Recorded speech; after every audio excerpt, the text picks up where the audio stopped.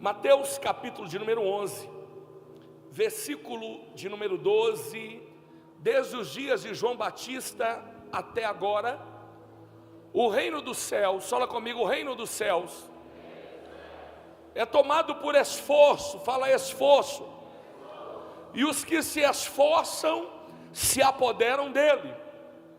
Jesus está nos ensinando, irmãos, que para termos sucesso, para termos resultado, para conquistarmos o reino dos céus, as promessas de Deus, nós precisamos empenhar esforço.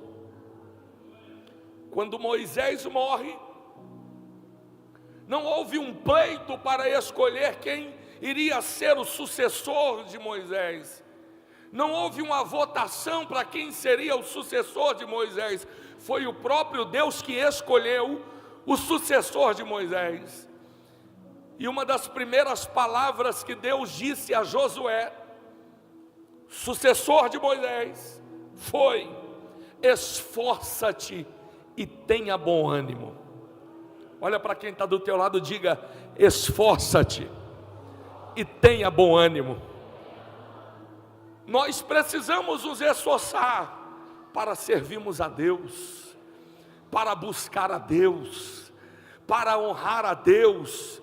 Nós precisamos nos esforçarmos como servos, para sermos servos mais dedicados.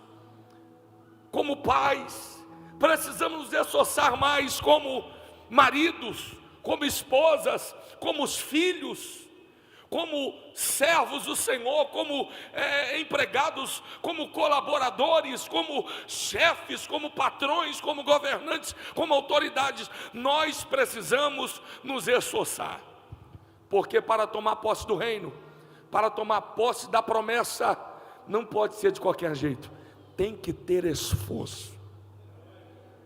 Pastor, eu tenho me esforçado. Se esforça mais um pouco. O reino de Deus, ele é feito de decisão. Fala comigo, decisão. O reino de Deus é o lugar mais abundante, irmãos, na face da terra. Não falta nada, absolutamente nada no reino de Deus. O reino de Deus tem abundância, tem paz, tem alegria, tem salvação, tem prosperidade, tem vida abundante para você. O reino de Deus tem justiça. O reino de Deus, meu irmão, tem tudo aquilo que você precisa. O reino de Deus tem, fala amém. Não falta nada no reino de Deus. Se está faltando alguma coisa na tua vida, no reino de Deus não falta. E porque se no reino de Deus não falta, porque tem faltado algumas coisas em sua vida? Se está faltando, é porque está faltando na tua mente, está faltando no teu interior. Porque antes de Deus fazer qualquer coisa exterior, do lado de fora, primeiro Ele vai fazer do lado de dentro. Antes de Deus fazer de você uma pessoa, meu irmão, cheia da provisão, Ele vai fazer do teu coração um coração provedor. É isso. Não há falta no reino, mas só pode tomar posse do reino de Deus pessoas com uma decisão violenta, com esforço.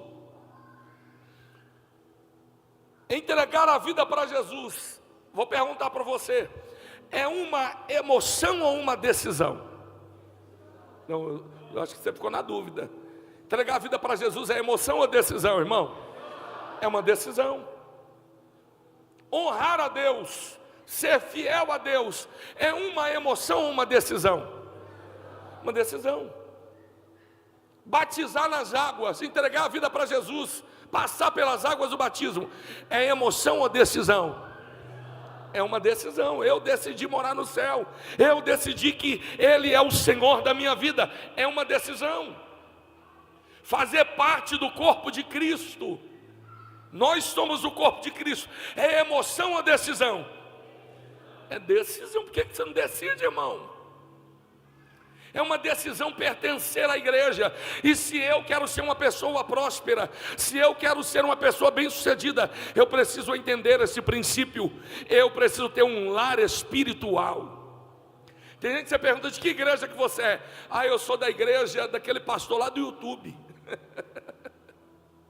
Quero ver se alguém passar mal, se alguém morrer e precisar de ir lá fazer o velório. Eu quero ver se o pastor do YouTube vai sair de lá para ir lá fazer o velório. Jesus, ele tinha um pastor. Jesus tinha uma autoridade espiritual para honrar. Seu pastor era João Batista. Jesus faz uma viagem de quase 90 quilômetros para honrar o seu pastor. E às vezes a pessoa está aqui do lado e não honra o pastor dela. E depois quer que Deus honra. É uma decisão honrar, irmão. Mas a desonra também é uma decisão. Participar da Santa Ceia do Senhor hoje é a Santa Ceia do Senhor. É a cerimônia mais importante para nós cristãos. É emoção ou decisão? É decisão. Jesus disse: quem não comer do meu corpo e não beber do meu sangue, este não tem vida em si mesmo. Por isso tem um monte de gente aí morrendo espiritualmente, porque ela não participa da Santa Ceia do Senhor. Então é uma decisão. Lá no livro de Gênesis, capítulo de número 14, versículo de número 18. Quem está comigo aí, fala amém. Gênesis 14, do 18 ao 20, o texto diz: Melquisedeque, rei de Salém, trouxe pão e vinho. Era sacerdote do Deus Altíssimo.